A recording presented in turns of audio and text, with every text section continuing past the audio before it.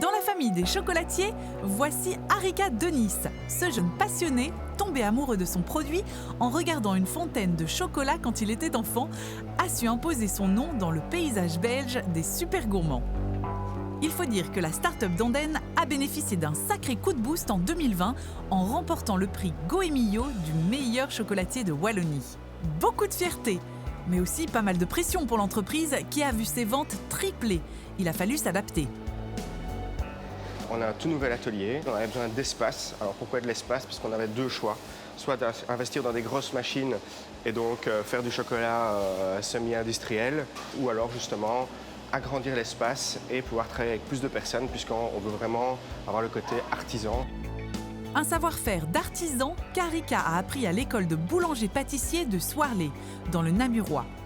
Puis auprès des plus grands maîtres chocolatiers comme Pierre Marcolini, Arnaud Champagne ou David Van Acker. Des mentors qui lui ont notamment enseigné l'importance des ingrédients. Beurre, miel ou spéculoos sont fabriqués par des artisans à quelques kilomètres de la chocolaterie. Mais aujourd'hui, c'est Harika qui décline sa propre gamme. On va tout faire au palais. Donc on va goûter, regoûter, on va faire des assemblages. Il faut que ce soit gourmand, mais en même temps pas trop sucré, que ça reste bien équilibré. Une quête d'équilibre et une passion du métier partagée par son équipe de jeunes super motivés. Les avantages, c'est vraiment le côté très artisan. On travaille vraiment de l'état brut en fait jusqu'au produit fini. Et ça, c'est vraiment génial, quoi. Un produit qu'Harika n'imagine pas dans les rayons de supermarché. Le développement de ses ventes passe plutôt par des partenariats avec des épiceries fines et des magasins locaux. On pense même à peut-être recruter encore une personne supplémentaire à partir de octobre-novembre, donc pour la grosse saison. Car le chocolat, c'est un métier de saison. Il a fallu dépasser pas mal d'embûches à la fin de l'année dernière pour surmonter la crise du Covid. Là, on a su réagir, on a sorti un site internet avec un e-shop où on peut directement commander et être livré directement à la maison. Ça nous a permis aussi d'aller chercher un nouveau marché.